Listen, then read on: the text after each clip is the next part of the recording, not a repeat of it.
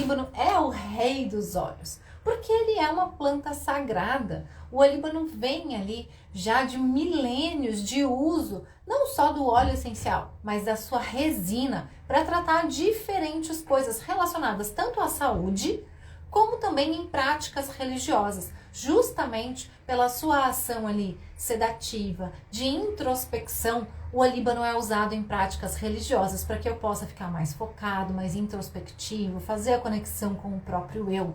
Então, esse óleo essencial, ele é extraído de uma árvore a partir da sua resina. Essa árvore é da família da boswellia e a gente tem aí algumas espécies de boswellias da onde o óleo essencial ele é extraído. Se eu usar um óleo essencial com diferentes espécies de boswellia, ou seja, diferentes espécies ali de olíbano, e um óleo essencial com uma espécie única de olíbano, o que seria essa diferença? A diferença está justamente no quê? Na quantidade de princípios ativos e na configuração desse óleo, porque ele vai ter muito mais propriedades farmacológicas, uma vez que eu tenho mais princípios ativos atribuídos às diferentes espécies. E é isso que muda. Mas, no geral, quando a gente olha para a cromatografia do óleo, os princípios ativos majoritários, eles se mantêm os mesmos. Então, a gente pode aí olhar, né, e dizer que as ações desse óleo, seja do óleo combinado de diferentes espécies e da ação do óleo único, elas são bastante parecidas, certo? E quais são essas ações, Camila? Como a gente olha para o óleo de olíbano e entende as suas principais ações? Claro que a gente olha para o óleo de olíbano para entender as suas principais ações, olhando para os seus princípios ativos. Quais são os princípios ativos majoritários no óleo de olíbano? São coisas assim, mirabolantes? Princípios ativos que eu não encontro em nenhum outro óleo essencial, por isso ele é considerado o rei dos óleos? Não, muito pelo contrário, tá? O que faz ele, na verdade, um óleo bastante poderoso para diversas funções que eu vou citar aqui para vocês, é justamente a combinação dos diferentes princípios ativos que formam esse óleo. Então, esse óleo é formado por limoneno, pineno na sua grande maioria, cariofileno, que se a gente unir esses três princípios ativos, só esses, tem mais?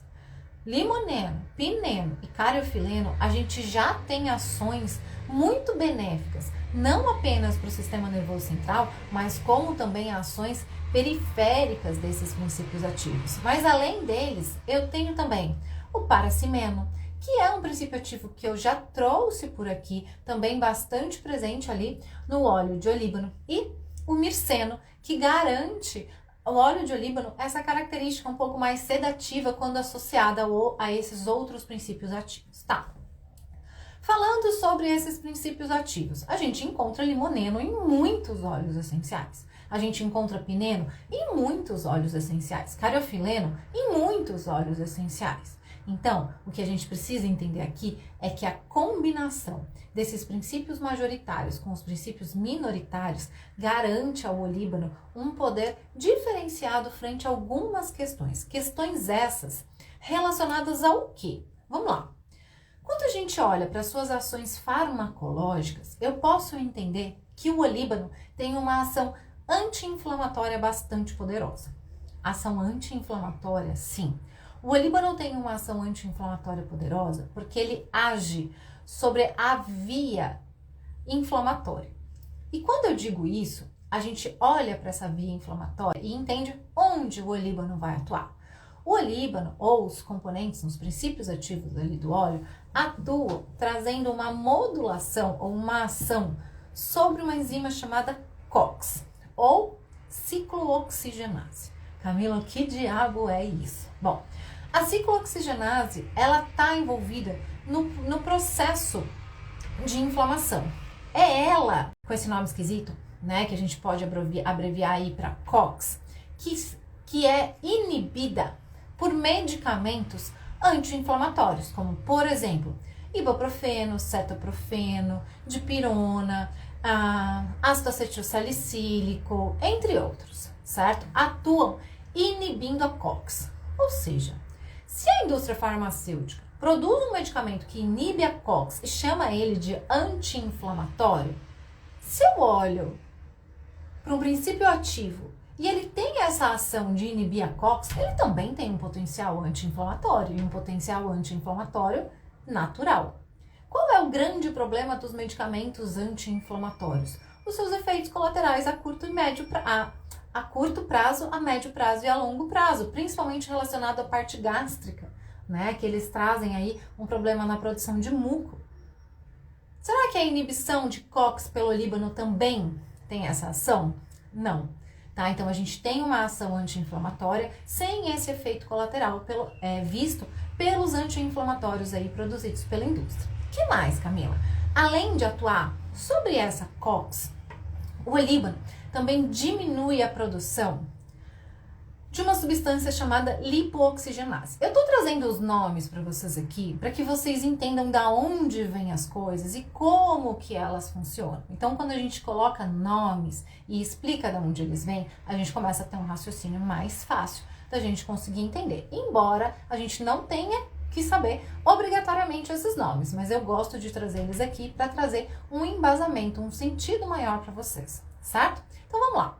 Quando o olíbano a gente fala que o olíbano tem uma ação anti-inflamatória, além da ação sobre a COX, que eu acabei de explicar, ele também reduz essa outra substância chamada de lipooxigenase 5. Quando ele reduz essa lipooxigenase 5, ele diminui critérios relacionados também ao processo inflamatório, porque a lipooxigenase ela deriva da COX. E aí, quando eu tenho esse processo de inibição da lipooxigenase, existem muitos trabalhos na literatura mostrando que essa ação ela está relacionada com a redução de aspectos inflamatórios teciduais e também de aspectos inflamatórios relacionados ao trato gastrointestinal, como por exemplo úlceras gástricas. Então, quando eu tenho um processo ulceroso, ou seja, uma ferida aberta, o olíbano pode ter uma ação bastante importante inflamatória justamente pela modulação das ciclooxigenases. E aqui vou trazer uma coisa muito importante. Quando a gente fala de inflamação do trato aéreo superior, ou seja, das vias respiratórias, a gente vê por aí muitas pessoas dizendo, né, que a gente tem ações só de óleos ricos ali em mentol, 1,8 cineol, para ação do trato aéreo superior. Existem alguns trabalhos mostrando que pela composição química rica em pineno, paracimeno e limoneno, a gente tem o olíbano como sendo um excelente anti-inflamatório das vias aéreas superiores. O que isso quer dizer, Camila? Quer dizer que ele é uma opção muito mais segura quando eu olho para grupos de risco, como por exemplo, idosos e também crianças. Tem uma segurança maior para eu usar o olíbano nos cuidados do quê? Bronquite, rinite, sinusite.